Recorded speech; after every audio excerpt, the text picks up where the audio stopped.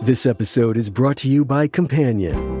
Iris and Josh seem like the perfect match, but when a weekend getaway turns into a nightmare, Iris realizes that things aren't as perfect as they appear. From the creators of Barbarian and the studio that brought you The Notebook comes a twisted tale of modern romance and the sweet satisfaction of revenge. Companion, now playing only in theaters. Rated R, under 17, not admitted without parent.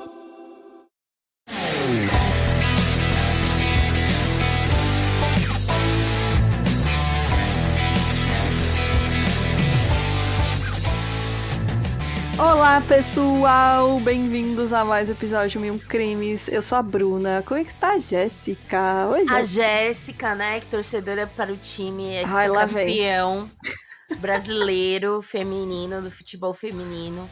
O maior e melhor time que temos, quiçá da América Latina, quiçá das Américas.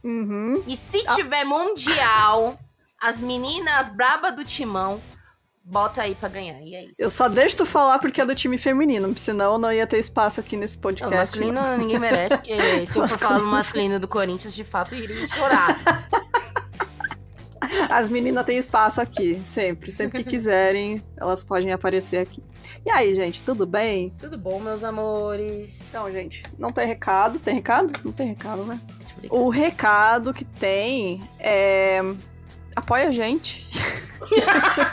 Pelo amor de Deus, a gente nunca pede nada aqui, ó. Por favor, estamos precisando da sua ajuda. Não, mas é isso, gente. Obrigada pra todo mundo aí que apoia a gente. Beijo para os nossos apoiadores queridos. Se você não apoia ainda, você está perdendo aí uns conteúdinhos que a gente está fazendo exclusivos e as gravações dos episódios principais. E é isso, né? Então, tem mais nada pra falar, não? Bora para o caso de hoje. E bora, galera!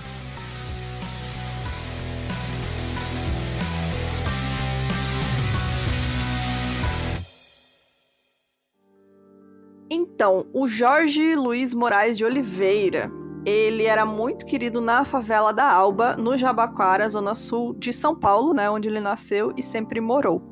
Eu sempre passo por lá, às vezes, porque eu moro aqui na zona sul, né, gente? Não vou falar o bairro, porque já é putaria. Mas eu moro aqui na zona sul. Apesar que eu já devo ter falado do bairro em algum momento, mas... Com certeza. Mas pra gente... Quando eu quero ir, por exemplo, em direção ao Jabaquara, que é um terminal rodoviário e também um terminal de trem, né, e tal, né, quando você pega o ônibus Jabaquara, ele passa pela favela Alba, né, que fica na rua Alba, né, e aí é a favela da Alba. Então, é uma avenida grandona. Não conhecia esse caso, eu fiquei bem intrigada, porque a gente não ouve falar mesmo, né? Tem tanto serial killer no Brasil, a gente acha que não tem, mas teve muitos casos, só não é divulgado, né? A gente não tem muita informação. E aí, a gente vai discutir também muito sobre quem são as vítimas, né? Que Exato. Eu acho que isso daí que faz com que a invisibilidade também seja gigante nesse caso, né? Exatamente. Bom, ele nasceu lá e sempre morou lá. E na comunidade ele era muito prestativo e um bom vizinho. Colegas de infância falavam que ele era uma criança comum, normal, né? E que em sua infância pobre ele se divertia brincando de carrinho de rolimã. Ou seja, uma criança brasileira aí, padrão, né? Correndo com carrinho de rolimã. Os irmãos do Jorge destacaram as atitudes agressivas dele, aí a família já tinha contato próximo, né? Conseguia ver isso, que ele era bem agressivo contra a própria família e principalmente quando ele misturava álcool e drogas aí mais velho. Então, um dos homens disse que ele não confiava em Jorge para deixá-lo com sua filha, dada a sua personalidade e o que ele já havia feito no passado. Então, ele acabou aí se envolvendo, né, com substâncias tóxicas e revelando aí um lado mais violento.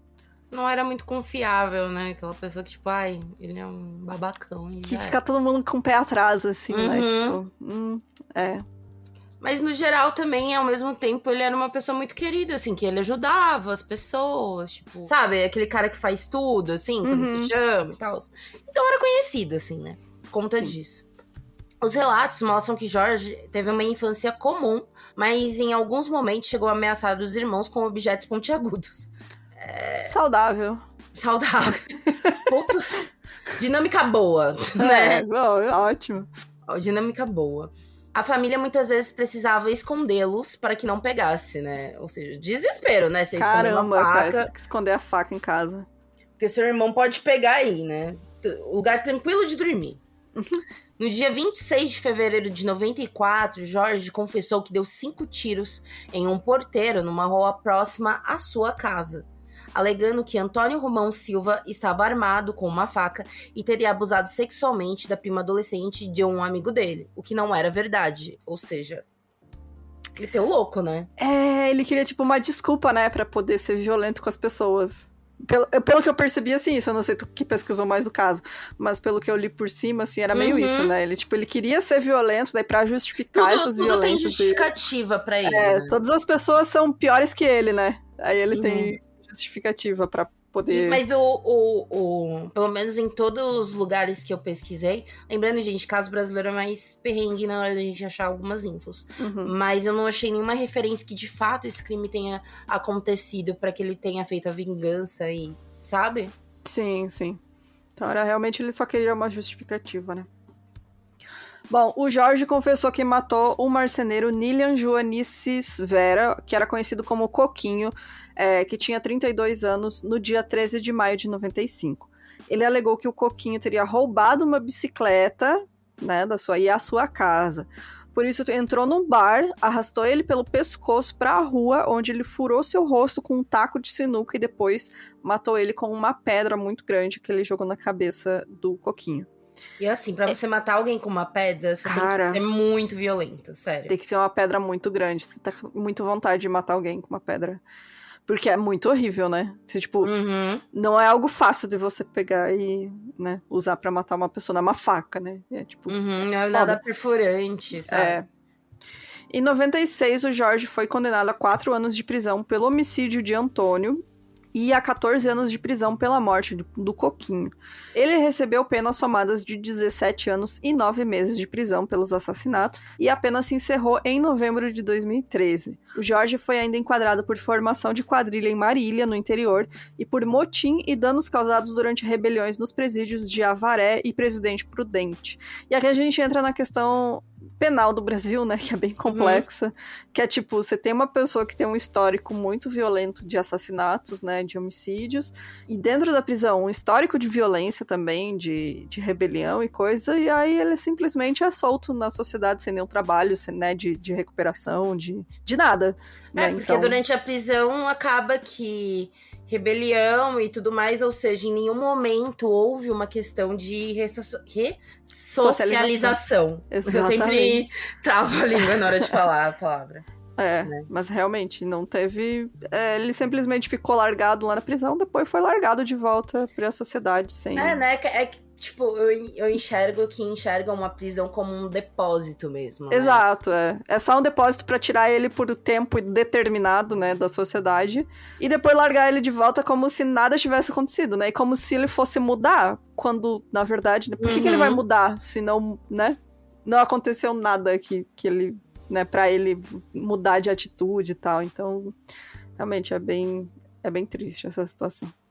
Em liberdade, o Jorge voltou a ser acusado de outro crime ao estuprar uma mulher em 2015, dentro da residência dele, né? Já que ele saiu em 2013.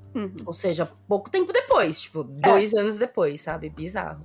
Enfim, a vítima era usuária de drogas, né? E contou que foi convencida a entrar na casa do Jorge para usar crack. Diz que ele ameaçou matá-la com um revólver se não fizesse sexo com ele durante 3 horas enquanto assistiam ao filme Velozes e Furiosos. Neste último caso, a mulher sobreviveu e denunciou as autoridades. Ela contou que viu cadáveres enterrados numa espécie de cemitério clandestino dentro do imóvel de apenas 20 metros quadrados. Escagaram, né, pra Mona na época.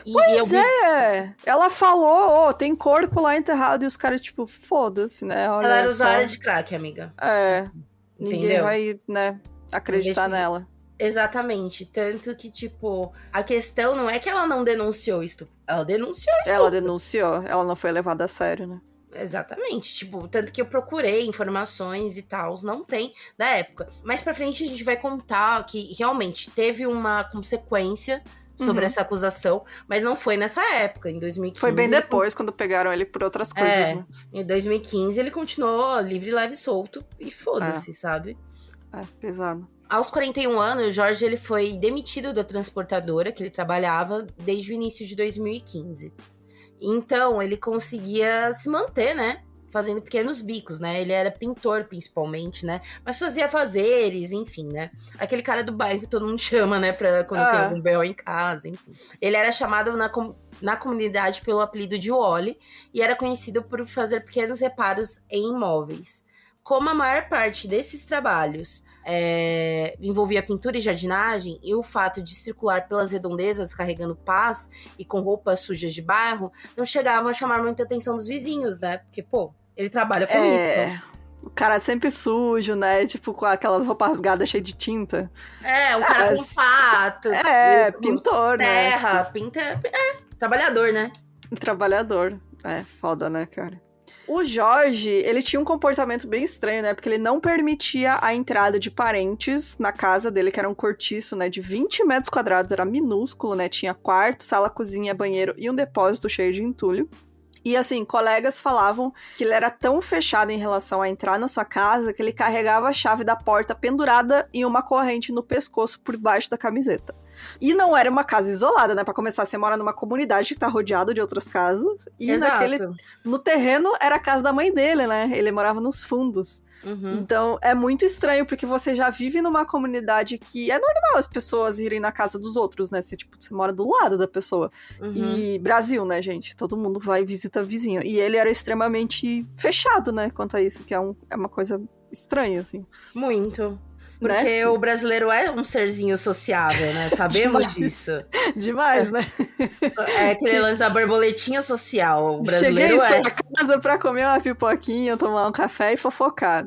Qualquer pessoa vai aceitar essa visita, né? Mas o Jorge não aceitava. Bom, no dia 23 de julho de 2015, uma quarta-feira, o jovem Carlos Neto Júnior, de 21 anos, desapareceu depois de visitar uma vizinha do Jorge. O pai dele, o Carlos Neto, contou o seguinte: algumas pessoas viram meu filho entrando na casa dele. Desde então, ele sumiu. 2 dias depois, ao investigar o lugar, os policiais encontraram marcas de sangue que iam da cozinha ao quarto e notaram um piso quebrado no corredor. Quando eles cavaram naquele local, eles encontraram o corpo do Júnior. Ao continuar a busca, eles descobriram outros 3 corpos e mais um esqueleto. Cara, os vizinhos não sentiam cheiro, assim? Não. O bizarro é que não tem relato, tipo, de vizinho sentindo cheiro nem nada. Não sei se é porque ele chegava Talvez ele enterrava a cedo, né? Parcialmente. Exatamente, sabe? Eu acho que é isso. Ele matava e já enterrava, né? Não dava tempo de ficar ali o corpo e tal, exposto. Só que, tipo assim, não era um enterrado de, tipo... Enterrou demais, sabe? Era raso, né? Era quase superficial. O Jorge, ele tentou fugir, mas se entregou à polícia no mesmo dia após um pedido da mãe, Maria Irene. A mãe disse pra imprensa que estava completamente decepcionada. Imagina, coitada, velho. Tadinha, cara. Nossa, que decepção. Né? Realmente, decepção é uma palavra fraca, né? Tipo, deve ser um sentimento horrível mesmo. Tipo, descobrir que seu filho faz isso. Exato. Ela morava em outra casa, no mesmo terreno do filho, mas abandonou com medo da reação dos vizinhos. O acesso à residência do filho era trancado. Apenas ele e as visitas entravam no local. Questionada se nunca tinha percebido o que o filho fazia nos fundos da casa, Irene disse que não. Abre aspas, se tivesse desconfiado, tinha chamado a polícia antes, né? Tipo... Perguntas idiosas, inclusive, né? Mas enfim. Porra.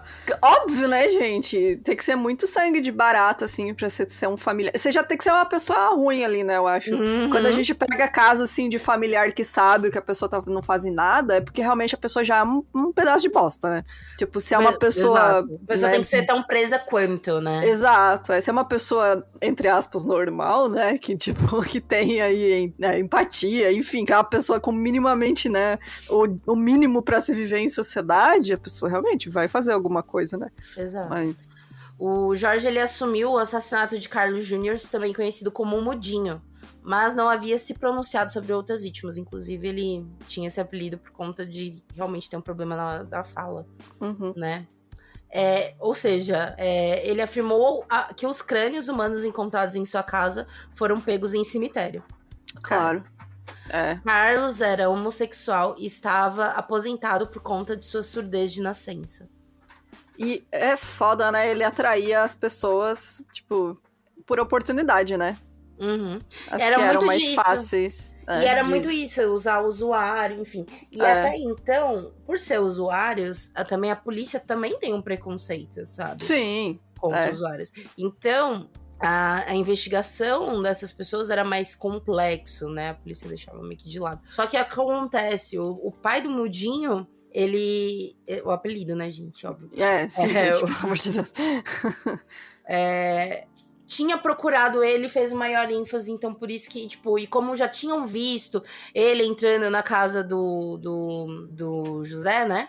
Jorge. Então, do Jorge, desculpa.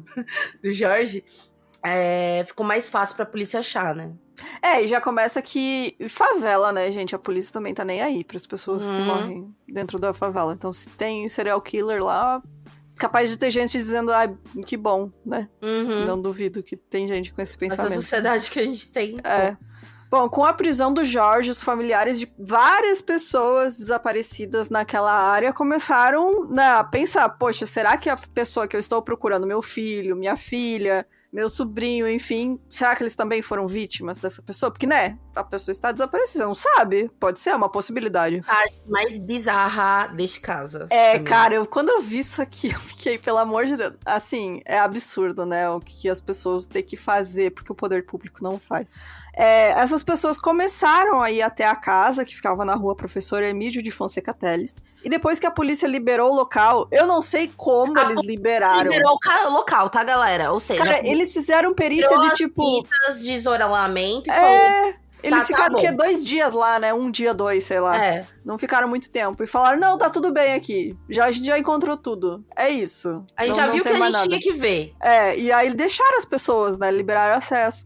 E aí as pessoas, os moradores, reviraram o cortiço, que não era grande, 20 metros quadrados, pelo amor de Deus, não era grande o lugar, não era um terreno de sei lá quantos hectares, sabe? Quanto tempo vai demorar pra se revistar tudo aquilo? E as pessoas encontraram mais 2 corpos. Bizarro. Assim...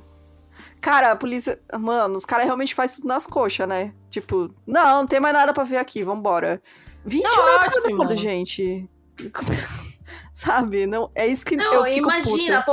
E assim, teoricamente, ainda depois, teve muitas críticas da população ter ido lá. Mas se não fosse a população ter ido lá... não tinham achado mais coisa. Iam ter que ficar esperando e pressionando a polícia. E os caras falando, a gente já fez lá a busca, não tem nada. Sabe? É absurdo, cara. E aí, nesses dias seguintes, né, os 2 corpos foram identificados, que eram Júnior e Renata Cristina Pedrosa Moreira, de 33 anos. Depois que eles encontraram cabelos e restos de pele, a perícia retornou, né, fazer o trabalho deles, e fez novas escavações, e aí Imagina a polícia recebendo ligação, falando cara... assim, gente, então, a gente achou mais corpo aqui? Pelo amor de Deus, cara. Sabe? Você... Ai, mano. E aí eles falaram, não foi só esses, a gente, né, termine aqui o trabalho de vocês. Daí a polícia voltou e encontrou mais ossada, né, porque é óbvio que ele tinha mais vítimas. A estudante Renata Cristiana Pedrosa, de 33 anos, sumiu em janeiro de 2015. Ela era homossexual, morava com uma companheira, né, em um apartamento também na região do Jabaquara. E ela também era usuária de drogas e costumava comprar maconha para consumo próprio na favela onde o Jorge vivia. Mas, assim, a família dela garantiu que eles não se conheciam. Então, provavelmente foi aquela questão de oportunidade, né? Ele viu ela por lá e tal, deve ter oferecido alguma coisa e ela foi e acontece que, dependendo da região, você vê que a pessoa não é dali. A pessoa só foi lá pra Exato. comprar mesmo, né? Exatamente. Bom, desde o sumiço da filha, a Maria de Fátima Pedrosa começou o que chama de trabalho de detetive junto com a nora. Ou seja, mano, se o corpo dela foi achado foi por causa da esposa dela. A mãe e a esposa, verdade. Juntas, elas deram início a uma busca por Renata em paralelo às ações da polícia. Como o último registro de GPS do celular da Renata apontava na região da favela, elas decidiram concentrar os esforços na área. Mano, a mãe conta que chegou a encontrar Jorge em um dos muitos dias de busca, né? Na oportunidade, perguntou pela filha e mostrou uma foto dela para o pintor que negou tê-la visto na comunidade. A moradora do Rio de Janeiro, Maria de Fátima, estava fazendo plantão em São Paulo desde o começo do ano. Quando ficou sabendo do caso pela TV, não teve dúvidas, foi novamente ao local. Velho, ou seja, olha, tudo foi, tipo, um acaso grande. Tipo, ela tá vendo na TV passar que foi encontrado um corpo na casa deste cara, e ela falou assim, não, então vou voltar pra lá. Minha filha deve Foi falar. a região que ela tinha sumido, né? Uhum. Cara, Gente, imagina. muito triste. E assim, a realização que ela teve de perceber que ela tinha falado com ele, né? Durante as buscas, tipo, é muito Mostrado horrível. a foto da filha pra ele, sabe? E ele falou que não conhecia. E tipo, eu vi umas outras reportagens assim, falando que ela, tipo, tava muito se enfiando na favela da Alba e, tipo, ela nem era de São Paulo, ela, sabe? Ela era lá do Rio. Ela começou a morar com a Nora pra tentar achar, né, a filha dela. Sim. Bom, cansada de esperar pelo trabalho da polícia que, segundo ela, afirmava que a Renata estava viciada em crack e morando na rua. Mano. Sendo que, né, ela tinha casa, ela era casada, ela tinha um apartamento, tipo... Exato. Sabe? Ela não tava morando na rua, não era um caso extremo de vício, né? Que se fosse também, tanto ela quanto a esposa saberiam. Exato, exatamente. Ela e a Nora compraram uma pá. Gente, elas compraram uma pá. Essa parte é bizarra, por isso que eu falei. Caramba. E aí elas decidiram entrar na casa do Jorge pra ver se encontravam alguma pista ou pertence da Renata. E aí elas usaram a pá e também as próprias mãos e cavaram e vasculharam a residência até encontrar objetos como calcinhas e meias. E também encontraram restos mortais. Mas nenhum dos itens foi reconhecido como sendo da Renata, eram de outras vítimas, né? Acusados de não fazerem a investigação de maneira correta pela população, né? Acusados, né? Pelo amor de Deus, não estavam mesmo. Não, mas tem defesa. A delegada Nilce Scapulatiello fez questão de isentar a culpa dos peritos por não terem encontrado ou recolhido vestígios desenterrados pelos familiares de Renata. Tem desculpa. Não é que a perícia não tenha encontrado. No momento, não foi detectado. Não, o que quer dizer isso? Não foi encontrado. O que você olha lá... Não, você olha lá, pode ser um pedacinho de algodão e que não tem identificação. Não tem ninguém na hora dizendo, isso aqui é da minha filha. Agora não. Agora as pessoas estão nos procurando. Explicou. Caralho, mano, não se defende um negócio desse. Admite que vocês fizeram merda, sabe? Você vai tentar justificar? Não, e a justificativa não tinha ninguém pra falar, ai, esse pedaço de algodão é da minha filha. Não, o certo não é você recolher e investigar a partir disso? Não, e como se tivesse só encontrado roupa. Encontraram o osso, gente, pelo amor de Deus, encontraram o corpo que a polícia não achou, sabe? Não é, não, encontrei aqui uma camiseta. Não, porra, encontraram o corpo. Como é que você... Não tem justificativa, cara. Você tem que pedir desculpa, falar, foi erro nosso, não vai mais acontecer. É que esse caso é, além de tudo, muito revoltante. E é o pior, sabe o que é? É que é recente essa porra, 2015, cara. É tipo, não é anos 70, 80, sabe? Que era uma várzea. Não. É 10 anos atrás. É isso que é o julgamento foi há 2 anos atrás, gente. Cara, eu fiquei de cara. Eu lendo isso aqui, eu falava, não, mas quando foi isso, cara? Foi, sei lá, anos 80. Anos 80, que era uma zona, né? Tudo era uma zona. Não, porra, 2015. É absurdo, mano, é absurdo. Ainda, segundo o Nilce, né, que é a delegada, as equipes responsáveis fizeram todo o trabalho de investigação e perícia para o local. Tudo que foi possível fazer num final de semana chuvoso sem nenhuma informação. Claro. Enfim. Claro. Um novo trabalho de perícia foi posteriormente e o local estava sendo preservado pela polícia militar. Após toda a população do bairro. Não, cara, tem as pessoas... lá, entendeu? Mano. E aí você já tem contaminação e, tipo assim, também, né?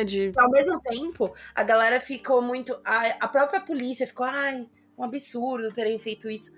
Vocês liberaram a casa. Exato. A partir disso, o risco de como é mesmo? Você acabou de falar. Até eu esqueci a palavra, eu tô revoltada. Enfim, não é estragarem, tá, gente? Mas de afetarem o crime é gigante. Vocês liberaram ali. Enfim.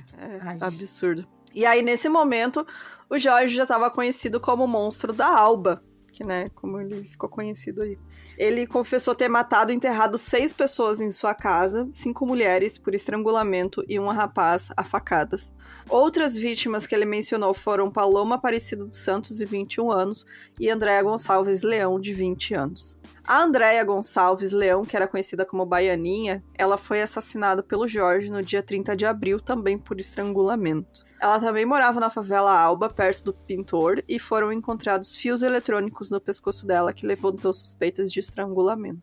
E é muita coisa de oportunidade mesmo, né? A gente vê o padrão dele, assim, porque ele não segue nenhum padrão de como matar, né, as vítimas. Não. É o que tiver por perto. Não, ele era até, inclusive, um desses bem desatentos, desorganizados, né? Bom, a vendedora de livros, Natasha Silva Santos, de 21 anos, foi assassinada por Jorge no dia 1º de julho, segundo a acusação. Ela foi estuprada pelo pintor e outras pessoas não identificadas de acordo com a denúncia. Em seguida, foi estrangulada. E exame de DNA confirmou que um dos corpos achados, né, eram dela. Como justificativa para os assassinatos, né, todos os assassinatos, o Jorge afirmou que todas as vítimas consumiam drogas com ele e que algumas, inclusive, eram traficantes. Segundo sua versão, a decisão de matá-las veio da necessidade de queima de arquivo. As mulheres teriam descoberto que ele era contrário a uma facção criminosa da favela. Ele negou ter mantido relação sexual com as vítimas. Ou seja, ele meteu o louco, porque, sabe, nenhuma das pessoas era traficante, de fato, porque senão seria uma outra linha de investigação, né? Então... não tinha nenhuma conexão com isso, né, com tráfico e tal. Algumas eram usuárias, claro, né, que acho que aí foi porque ele conseguiu atrair elas pra lá, foi por conta disso, né. Mas é aquilo, né, ele realmente queria uma justificativa, né, ele queria que as pessoas, né, vissem ele como, não, ele realmente ele teve motivos, né. Tipo, nesse caso foi pra se proteger, né, já que... tudo foi pra proteção dele, né. Bom, o Jorge disse em depoimento que o Carlos entrou em sua casa com uma faca na mão, na companhia de outro rapaz, e segundo ele, após uma discussão, a vítima o esfaqueou no braço, e aí ele conseguiu tomar a faca do Carlos e começou a golpeá-lo. O rapaz que estava com ele fugiu durante a briga, de acordo com a versão do acusado. Engraçado que essa pessoa nunca apareceu, né? Pra corroborar a história dele, tipo... Que coisa, menina. Que coisa estranha, né? Ao perceber que a vítima estava morta, ele afirmou ter se desesperado e decidiu enterrar o corpo. Depois, em audiência judicial, o Jorge negou 4 desses assassinatos e admitiu apenas um homicídio, alegando que esfaqueou um homem em legítima defesa. A polícia considerou as alegações absurdas e concluindo que ele assassinou por motivo torpe. Um morador da favela relatou à imprensa que o suspeito costumava beber em um bar da região e que ele não fazia questão de esconder o desprezo que ele tinha por homossexuais e usuários de drogas. Abre aspas, né? Ele ficava direto no bar com a gente, ele sempre falava que tinha raiva de gay e de nóia, mas nunca imaginei que seria capaz de uma coisa dessas. Michele, irmã de Paloma, a descreveu como uma menina trabalhadora que fazia serviços gerais, mas infelizmente ela era usuária de cocaína. E provavelmente foi por isso que Jorge se aproximou. Ela reconheceu uma bermuda branca, uma blusa e o celular da jovem na casa dele. Paloma Aparecida dos Santos, de 21 anos, também era homossexual. A família ainda não havia registrado boletim de ocorrência pelo desaparecimento e, de acordo com o delegado, ela era usuária de drogas e costumava sumir sem dar notícias. Tem alguns casos, tipo, acho que essa de uma outra que, tipo, a família não chegou a dar queixa por conta disso, sabe? Por ser uma recorrência, enfim. Então, que era diferente, por exemplo, do caso da Renata, né? Que era usuária, mas... Que tinha uma família estável, né? Exato. Uma vida estável também. Uma vida estável, né? A defesa tentou alegar insanidade, né? E aí teve pedido de realização do exame de dependência toxicológica indeferido pela juíza e por isso preparou uma estratégia para anular o trabalho realizado pelos peritos da Polícia Técnico-Científica. Segundo a promotoria, os advogados do Jorge falavam em quebra de cadeia de custódia, pois a perícia teria sido feita de forma irregular. E aqui entra aquela questão que a gente falou, né? Óbvio, velho. É próprio deles próprios da acusação de fazer isso. Porque assim... Isso, na verdade, né? Errado eles não estão. Né? Porque a polícia fez merda ali. Liberou pras pessoas. O que salva é que tem coisas, tipo o celular da menina, tananana, Sim. coisas que foram identificadas. Mas se não fossem essas coisas serem identificadas, gente, já era. Porque, e se fosse alguém, sei lá, algum louco maldoso que colocasse coisas das vítimas na casa dele, sabe? É uma defesa legítima, né? Então, De um processo.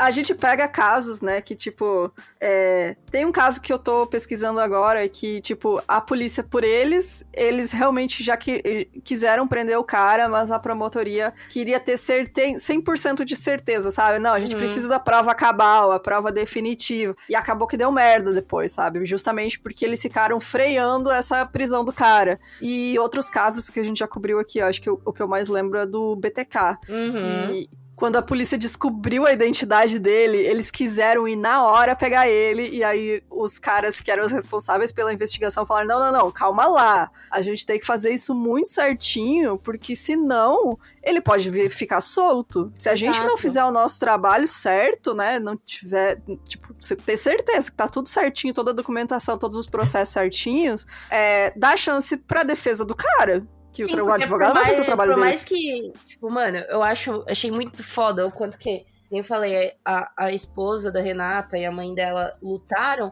não era o papel delas fazer isso. Não era papel delas, Entendeu? E é horrível você botar, né, o familiar das vítimas pra ter que ir lá pegar uma pá e desenterrar coisa, elas sabe? irem numa loja de construção perto de casa, comprarem uma pá porque, talvez minha esposa esteja lá, sabe? É horrível, cara. E aí, você vai lá fazendo isso com o medo de encontrar e o medo de não encontrar, né? Não é pra elas isso, cara. Não é o trabalho da família fazer isso. É muito horrível. Então, realmente, assim, foi, assim, por detalhe, realmente, que ele foi condenado, porque se dependendo do trabalho tinha bosta... prova demais e tinha muita... Tinha muita coisa acumulada, né? E aí tinha as coisas que eles tinham encontrado antes, né? De toda essa pataquada que eles fizeram. E também tinha testemunha que tinha visto fulano, ciclano lá, enfim. Se não fosse isso, gente... Bem complicado. Em abril de 2021, o teste de insanidade realizado pelo Instituto de Medicina Social e de Criminologia de São Paulo, que é o IMESC, ele detectou que ele era imputável, o que quer dizer que ele tinha, sim, consciência da gravidade dos crimes quando cometeu. Eu acho que aqui entra muito aquela questão do enterrou logo depois de matar, né? Porque quando a pessoa não tem noção do que ela está fazendo... Aí sim até o rolê do cheiro, porque provavelmente nem ia enterrar, ia deixar... Ela não tenta encobrir, ela nem percebe que sabe que aquilo que ela fez é errado. Então... Não entende a gravidade. Exato. A defesa chegou a pedir outro exame para Jorge, o chamado teste de Rorschach.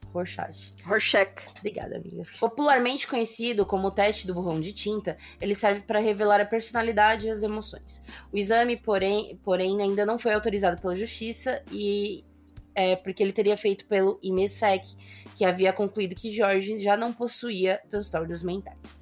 Apesar de ser investigado por 6 mortes, Jorge respondeu a 5 delas na justiça. O suposto assassinato do prestador de serviços Kelvin Dondoni Cabral da Silva, de 23 anos, desaparecido desde maio de 2015, não foi anexado ao processo. Segundo a promotoria, o caso foi excluído por falta de provas. Familiares de Kelvin chegaram a reconhecer roupas do jovem encontradas na casa do pintor, mas não havia DNA para comprovar que ele estava entre as vítimas. Foda, né?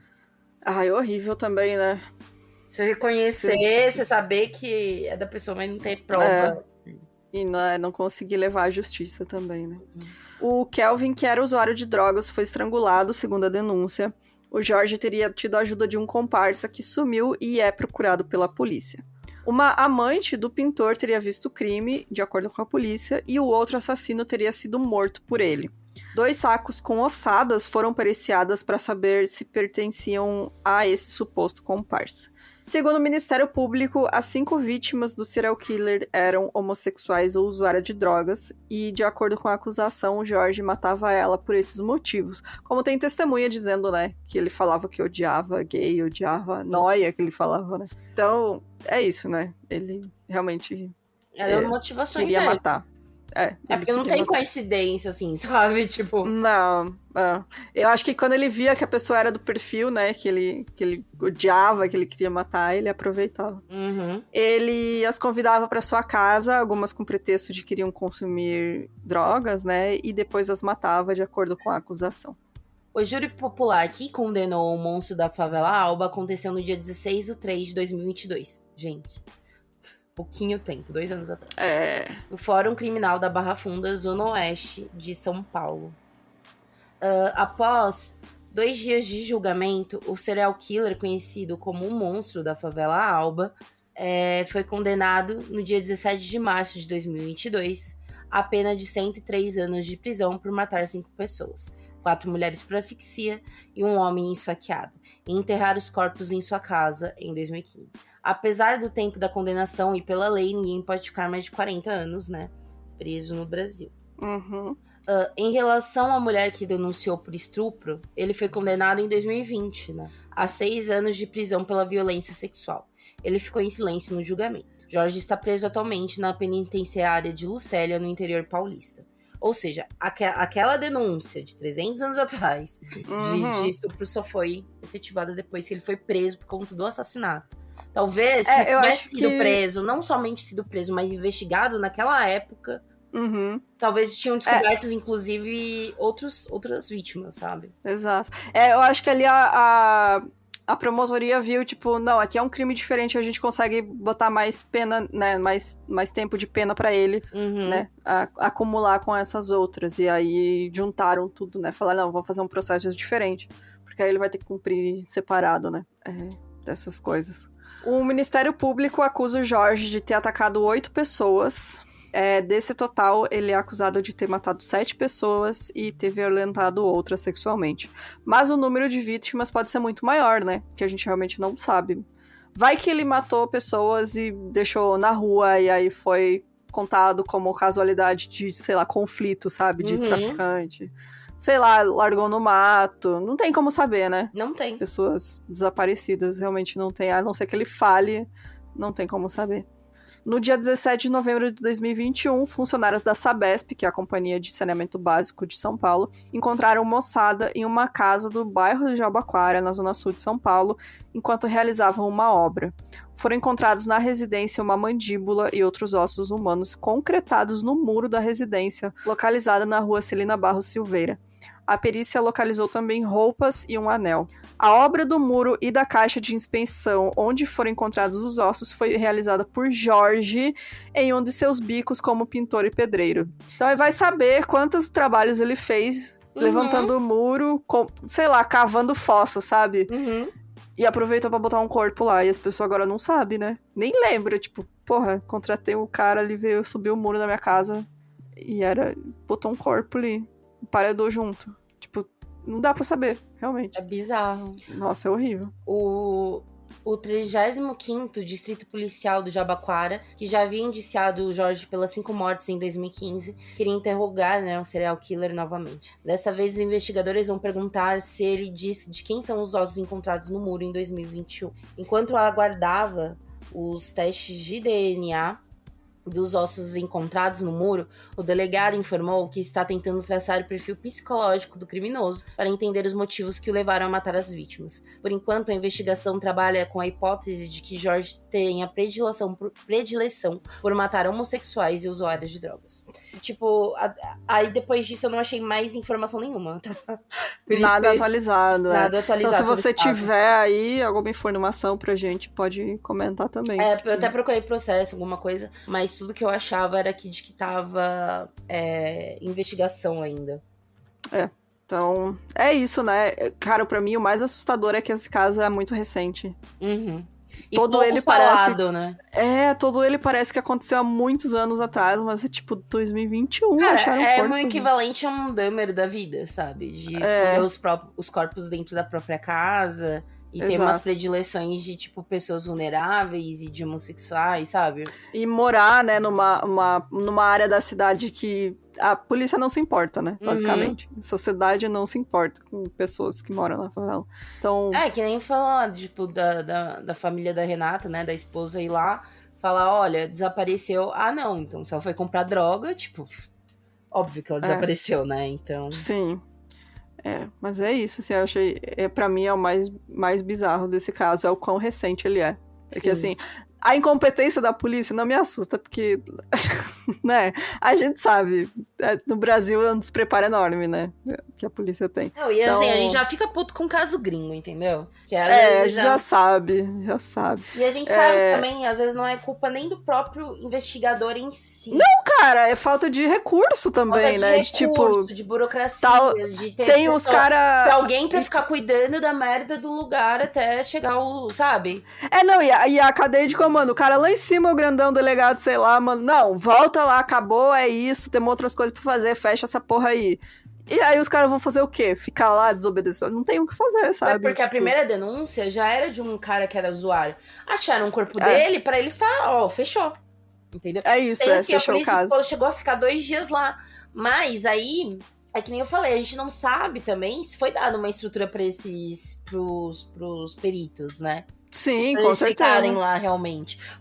Quantas vezes a gente vê, a gente vai relatar sobre casos de outros países e que demora às vezes 1 mês pra investigar tudo. Exato. Né? 1 mês, tipo, verificando cada cantinho da casa, né? Exatamente, sabe? Pessoa. Então, por exemplo, do caso do Júnior, né, que acaba que não conseguiu ser julgado, né, a morte dele, mas a família reconhecer, será que não tinha mesmo nada ali, sabe? Então fica esse a mais, né? E também talvez tenham visto outras roupas, outras coisas que algum familiar não tenha reconhecido, enfim, que era da pessoa, sabe? Enfim.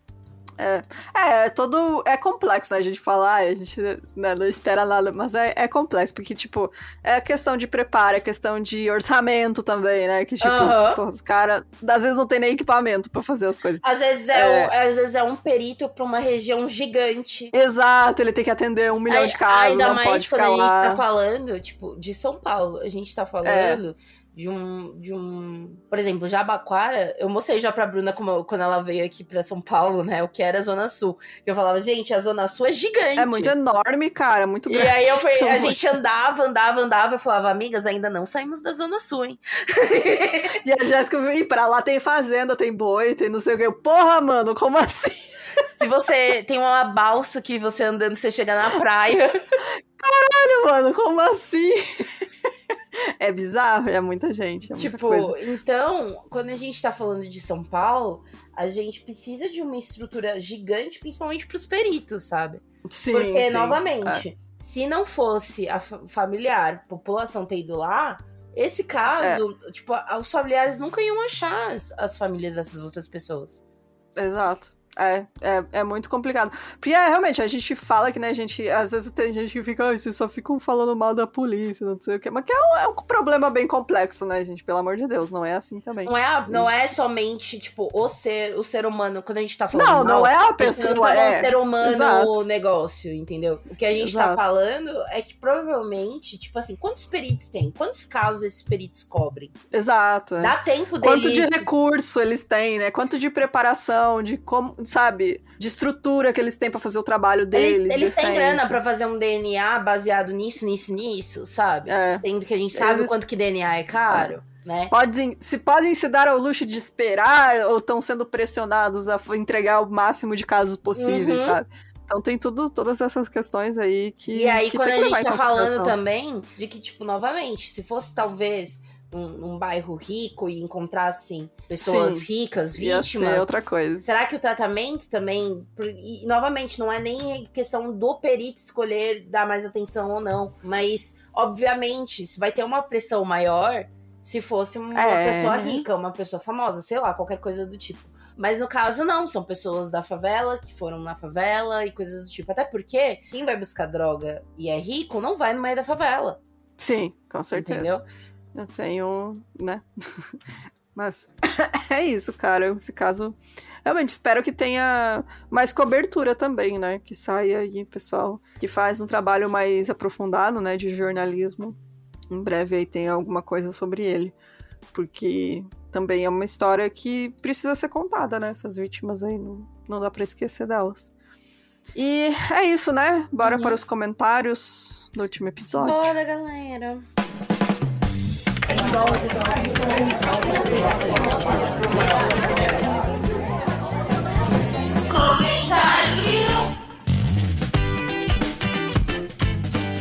Gente, antes de falar dos comentários do último episódio, que foi do Scott Peterson, a gente quer aí pedir um favorzão aí para os nossos apoiadores, que é, como o Vampiros, Mil e o Vampiros, a gente lança antes para apoiadores e depois lança para todo mundo, a gente quer que vocês deixem recadinhos pra gente colocar no final do episódio sobre as suas opiniões sobre os vampirinhos que são comentados aí em cada episódio, que nem nesse primeiro foi o Beijo do Vampiro.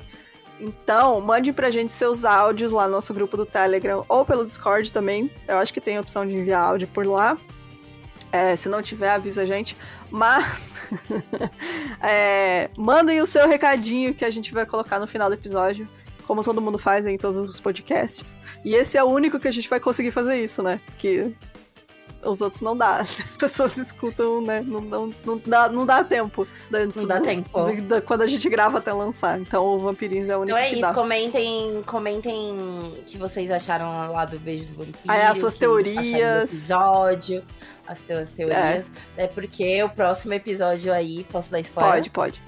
Vai ser sobre tipos de dentes de vampiro. Isso aí. Então vem aí.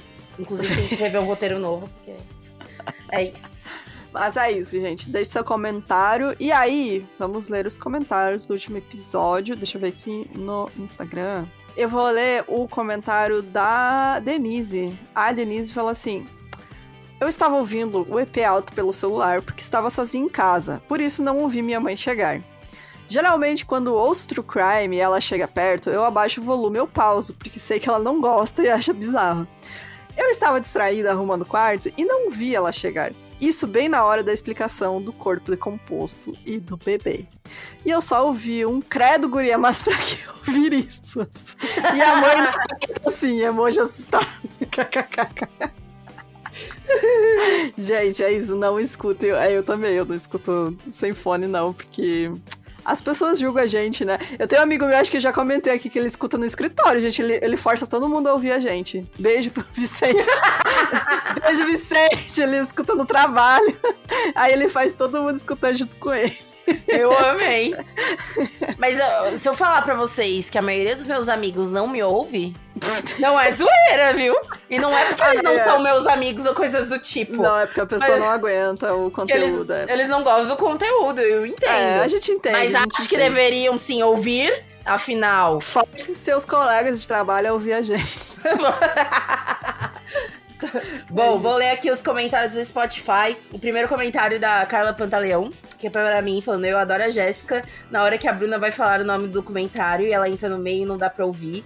TDAH total, um pouco. E mostra a perspectiva de quem é contra, que é uma perspectiva idiota. Eu amo. É muito bom, né? Ai, né? Eu posso concordar com você, mas estaríamos ambos errados. É isso. Seriam os dois boçais, né? Os dois burros. A Júlia, ela falou: oi, gurias, acompanho o podcast há mais ou menos 2 anos e hoje, pela primeira vez, vim até o Insta pra dar rosto às vozes que me fizeram companhia em diversos momentos. Fiquei surpresa, porque imaginei vocês muito parecidos com a vida real. Adoro acompanhar vocês. Vamos resumir, pra quem nunca foi. A Bruna parece lésbica, mas não é. Ela parece uma bi. Você fala, ela deve ser uma bi. Não é? Eu tenho possibilidade. Todo mundo. Ela tem. Na verdade, nem sapatão ela parece bi mesmo. E aí, de verdade, quando ela veio aqui pra São Paulo, a gente chamei uns amigos pra tomar uma cerveja. Todo mundo falava, eu parava e falava: você acredita que ela não é bi? Você acredita que ela é hétero? Todo mundo ficava em choque. Ai, gente, eu sou Tolkien, né? Eu sou Tolkien. Ela é Tolkien. Mas o que mais? Ela é bem baixinha. Minúscula, carinha de nerd. 1,56. Carinha de nerd. Nerdola, verdade. Já a Fabi também é bem minúscula, né? Tem um cabelinho... Agora não Ruivinha. É mais ruivo, agora não é mais ruiva, né? Agora tá morena. Mas é toda tatuadinha. E a Fabi é alternativa. A rainha alternativa. Ela é totalmente... Ela é tipo... Ai, Suicide Girls. Inclusive convidaram ela, vai, ela falou que ela não aceitou. Ai, muito bom, gente. Sabe? Eu quero ver você se descrever aí agora, vai. Eu sou um pouquinho alta. A Jéssica tem 50 metros de altura. Mas eu sou gordinha, eu ocupo bem o espaço. Que mais? Também uso voluptuosa. Ai, gente, o cabelo da Jéssica é lindo. Meu cabelo é crespo, vermelho lindo, e tem uma parte coloridas. E eu sou negra. Negra. É isso, gente. Somos nós. Então, se você vê nossa foto, aí você reconhece a gente, agora cada uma de nós. Exatamente. Mas a gente não posta a nossa carinha, realmente. Não. A gente posta stories. De vez em quando bota um stories. Quando a Bruna posta, é tipo chuva de mensagem, porque é sempre As pessoas ficam, meu Deus, como assim essa é você? Gente, é porque eu não posto nem no meu, pessoal. Eu não gosto de tirar foto. Eu sou muito low profile. Gente, a Bruna, se tem alguém low profile... Gente, a Bruna usa a mesma foto... anos. Eu não aguento, sério, eu não aguento. Eu tiro uma foto a cada 5 anos e aí eu uso ela em todas as minhas redes sociais. Já eu só... Meu Instagram é só selfie. Você é a Fabi, as duas, as rainhas do selfie. Exatamente. Mas tem que ter eu pra equilibrar, né? Mas bom, é isso, gente. Vou pro comentário aqui da Gabi também no Spotify falando: olá, pessoal, como vocês estão? Sou fã de vocês, já maratonei tudo. E quero ser apoiadora também. Vou contribuir sem falta. Obrigada, Gabi. Obrigada, gente. Vocês são minha companhia para vários momentos. Quando preciso dirigir na estrada pra lavar aquela pilha de louças ou dar aquela faxina da casa. Como é bom ter boa companhia. Já me sinto íntima. Obrigada pela indicação do podcast da Helena. Achei mar e já me identifiquei com as meninas. Beijo, beijo. Obrigada pelo ótimo trabalho. Inclusive, eu vi um episódio hoje que você vai amar, amiga, sério. Ouve depois. Como é mesmo? Helena, o podcast tá pronto? Porque o que acontece é elas duas, que nem eu falei, é um podcast das duas primas conversando. Elas duas contando na época que elas tinham fake do Orkut. Eu tinha fake do Orkut. Eu lembrei que ela falou assim, que elas contando como era o shopping fake. Nossa, amiga, eu amava balada fake. Eu tava sempre lá, eu conversava com muitas pessoas. Eu adorava. E aí tem uma parte que elas estão dando risada, assim, que um dia tava ela, e aí o namorado dela, que também era fake, que era o Edward, e ela era a Bella. E aí ele falou assim, estamos na praia, né? Falou assim, aí eu levanto. Aí, tipo, ela falando, os asterisco, me levanta. E ele, asterisco, dou um tapa na sua bunda. Aí ela, asterisco, carinha triste. Te achou desrespeitada, sabe? Muito bom. Gente, eu amava. Tem gente no meu Instagram que é daquela época, ainda até hoje. Tem gente lá que eu virei amiga e tal. Esse episódio do Orkut, enfim, cara, eu amava. Deixa eu contar então uma curiosidade. Eu tinha fake de homem e mulher, né? Porque eu gostava de fazer personagens. Mas qual eram os seus fakes? Era de pessoas do MySpace, amiga. Eu era alternativa. Eu não fazia de gente famosa, não. Eu não fazia de gente famosa, eu fazia de gente alternativa. Eu tive o fake do Júlio Casablancas. Ai, muito bom! Amiga, mas deixa eu contar uma curiosidade. Olha só, eu fiz um casal acontecer. Porque é o seguinte, eu tinha o meu fake era muito famosinho. Gente, tinha fake do meu fake, tá? Eu era tão famosa com o meu fake que teve tentativa de fazer fake dele. Tinha, tipo, uma pessoa que tentou fazer um perfil falso do meu fake. E foi muito engraçado. E aí, o meu fake tinha um relacionamento com uma fake. E aí eu conversei com essa menina Kari lá eu acho que ela é de Salvador, não lembro agora de onde ela é. Beijo pra Kari. E a Kari, ela era tão fissurada no meu fake que ela foi atrás do cara das fotos real. Ela sabia que era eu, tá? Que era eu. O cara das fotos, ela foi atrás dele e hoje em dia ela tem um namoro virtual com ele. Eu tô chocada. Ela disse que... A última atualização que ela me falou foi ano passado, ela me mandou mensagem. Às vezes ela me manda mensagem me atualizando. Ela me mandou e disse que ia vir porque ele é inglês. Ela ia vir pra Europa pra conhecer ele. Ou ele ia pro Brasil, acho que ele ia pro Brasil pra conhecer ela. Porque ela foi lá atrás do gringo e conquistou ele, de tão apaixonado que ela era no fake. É sério, amiga. É sério. Gente, eu tô embasbacada, eu tô com a boca aberta aqui. É sério, amiga. Eu fiz um casal acontecer e ela sabia que eu era eu e tudo a gente conversava, assim, off, né, que falava. E ela, não, mas eu acho esse homem muito bonito, eu gosto muito dele. E foi atrás. Eu vou procurar como é que ela tá, vou mandar mensagem pra ela. Cadê a Kari? Vou até mandar o episódio do que eu te falei. Mande. O que mais? Quer ler mais comentário? Não, pode ler. Tem mais algum? Deixa eu ver aqui no nosso Spotify. Vou ler uns dois. Um comentário que é do Dermonde, falando que alguém achou esse caso muito parecido com o plot de Garota Exemplar. São tantos pontos em comum que pareceu inspiração. Sim, cara. Depois você falou isso, eu fiquei refletindo. Eu falei, caraca, é verdade, né? Eu acho que é. E essa pessoa eu não consegui ler, porque que o nome do Spotify é VXYYZ 7VA2S. Ou seja, infinito, que eu não vou falar. Mas falou assim: oi, Jéssica, estarei na final do Brasileirão Feminino. Organizei com os amigos a invasão por elas. Bora se ver lá. Sim, você conseguiu comprar ingresso? Porque assim, cambistas. Impossível viver num país que tem o cambistas. Vou ter que pagar a merda do fiel torcedor por causa dos babaca dos cambistas. E sabe qual é a merda dos cambistas? É que fica um monte de buraco lá. Que ninguém vai pagar 200 pila, no ingresso custava 40. Pelo amor de Deus, gente. Enfim, é isso. Fica aqui meu protesto. Fica aí a revolta. Mas é isso, gente. Beijo pra vocês. Comentem aí os episódios, gente. Não esqueçam de comentar, por favor. E apoiem a gente também. Estamos precisando do seu apoio. Sigam a gente também nas redes sociais, é importante, tá? Sigam a gente. E é isso, né? É isso, até semana que vem. Beijo, gente. Tchau, tchau. Beijo.